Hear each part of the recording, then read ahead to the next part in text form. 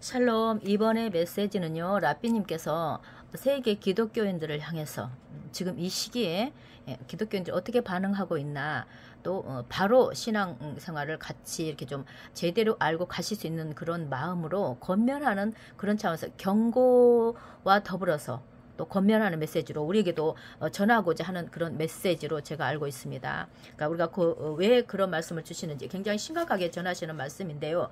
또 어떤 분이 급히 또 이렇게 번역을 해서 보내주신 그런 부분이기 때문에 제가 같이 읽어드리는 차원에서 전할 텐데요.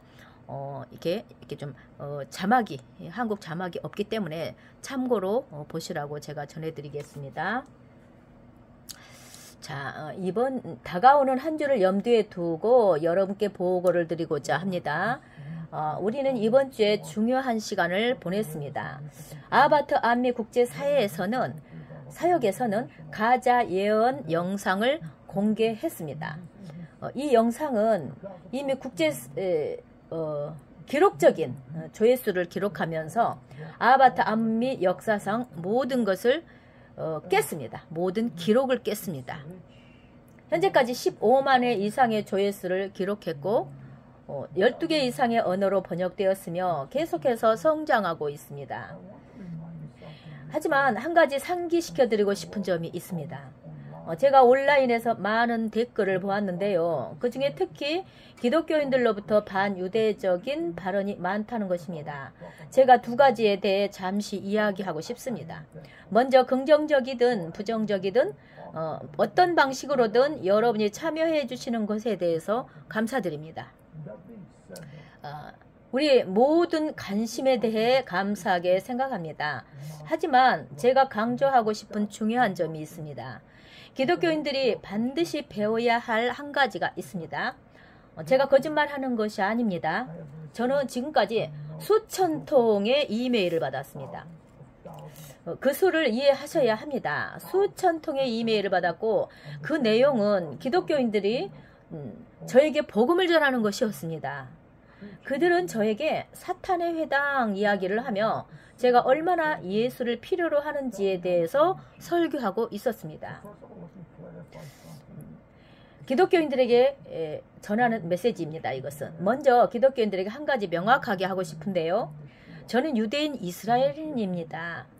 그리고 저는 예수아를 요셉의 아들 메시아로, 그러니까 초림 예수아를 믿는 유대인입니다. 그러나 기독교인들이 오늘 믿는 예수와는 그 예수와는 다릅니다. 이 부분에 대해서는 깊이 다루지 않겠습니다. 관심이 있다면 코셔픽 그 책과 또 남은 자 리브가 이 책을 읽어보십시오. 그러나 저는 분명히 말씀드립니다. 저는 나사렛 예수를 요셉의 아들 메시아로 믿습니다. 이것을 부정하지도 않고 숨기지도 않으며 속이는 것도 아닙니다. 이것은 제 신앙입니다.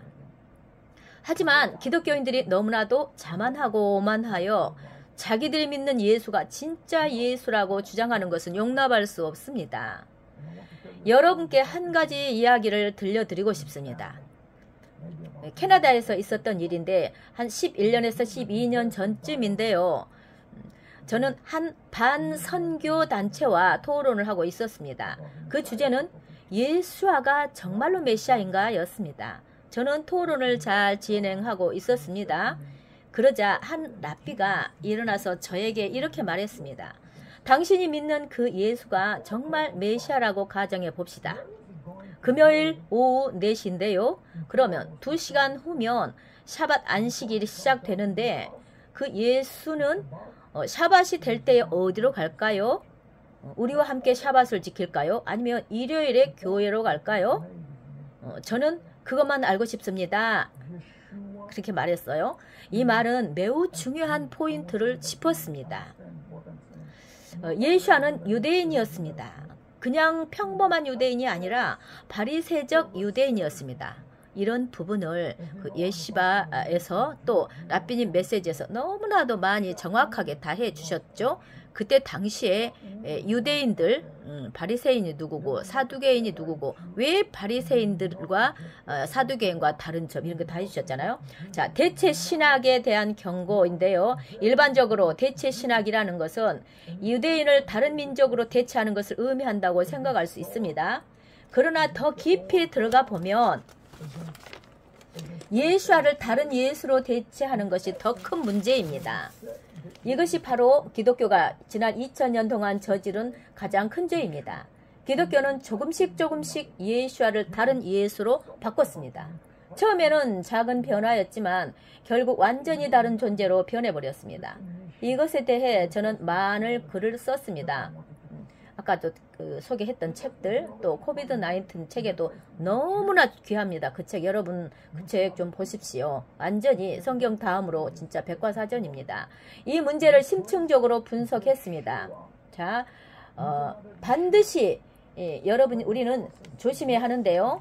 더 이상 예수와를 다른 존재로 대체해서는 안 됩니다. 이것이 핵심입니다. 그렇다면 우리는 어떻게 해야 할까요? 우리는 기초로 돌아가야 합니다. 사람들이 저에게 오만한 태도로 이렇게 말합니다. 당신은 요한계시록을 모른다. 당신은 신약 성경을 이해하지 못한다. 이렇게.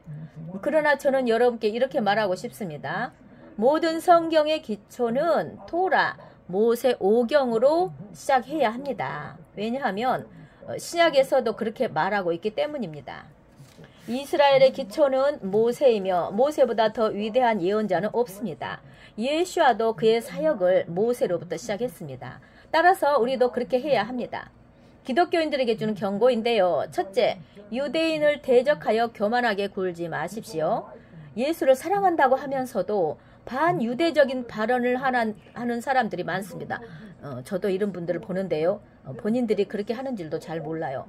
자, 이제 이런 오만과 교만은 그만두어야 합니다. 둘째, 사도 바울이죠. 로마서 11장에서 경고한 말씀을 경고하십시오. 자연적 가지, 유대인들을 향해 교만하지 말라. 곧 저는 여러분들이 알던 신앙의 개념을 완전히 뒤흔들 책을 출간할 예정입니다. 그 책은 로마서 11장에 유대적 DNA를 다룹니다. 정말 저는 기대됩니다. 여러분은 이 책을 읽으며 큰 충격을 받을 것입니다. 자신의 믿음이 얼마나 왜곡되었는가를 깨닫게 될 것입니다. 하지만 여기서 중요한 말씀을 드립니다. 여러분의 교만을 한 단계 낮추는 것이 아니라 두 단계 낮추십시오. 메시아가 곧 오십니다. 그날이 오면 유대인들에게도 큰 충격이겠지만요. 이방인들에게는 더 큰 충격이 될 것입니다. 우리는 예수와를 대체해 왔다. 오늘 저는 뉴욕에서 기독교 역사 전시회를 보았습니다. 거기에는 이탈리아 예수, 스페인 예수, 로마 예수, 비잔틴 예수 등 수많은 예수의 이미지가 있었습니다. 저는 여러분께 말씀드립니다.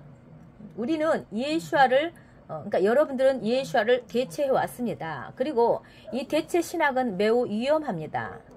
여러분들 이것이 뭔지를 알아야 합니다. 이거를 좀 공부하셔야 돼요. 왜 다른지.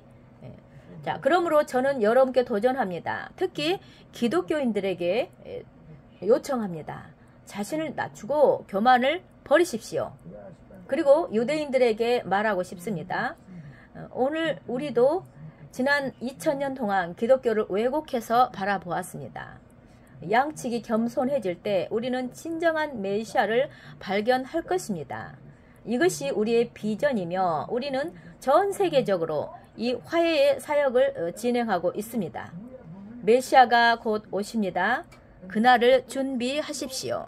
자, 여러분 이거를 라삐님 굉장히 간절한 마음을 가지고 전달한 내용이라 제가 좀 급히 이걸 전해드리는 것입니다. 지금 계속 아마 앞으로도 우리에게 좀 긴박한 메시지가 나올 것 같아요. 그리고 우리 한국 특히 한국에 대한 마음이 깊으시답니다. 왜? 어떻게 깊으시겠어요? 지금 상황도 그렇고 우리가 이래 지금 토라와 유대이즘 또 마지막 때 남은 자 이런 부분에서 우리가 조금 이렇게 도전을 받고 좀 불같이 일어나야 되는 이런 것을 좀 연약해 보여서 그런 어떤 것이 아닌가 싶어요. 연약해 보이기 때문에 여러분들 어쨌든 라삐님 이 메시지를 가볍게 듣지 말고 이제 우리 많이 깨어난 우리 남자 분들은 이미 알고 계시지만 그렇지 않은 분들을 위해서 많이 알리시고 깨우시기를 바라고요. 우리 한국 더구나 한국에도 이렇게 좀 도전적인 이런 마음을 갖도록 원하셨다는 그런 말씀을 권면의 말씀을 저도 듣습니다.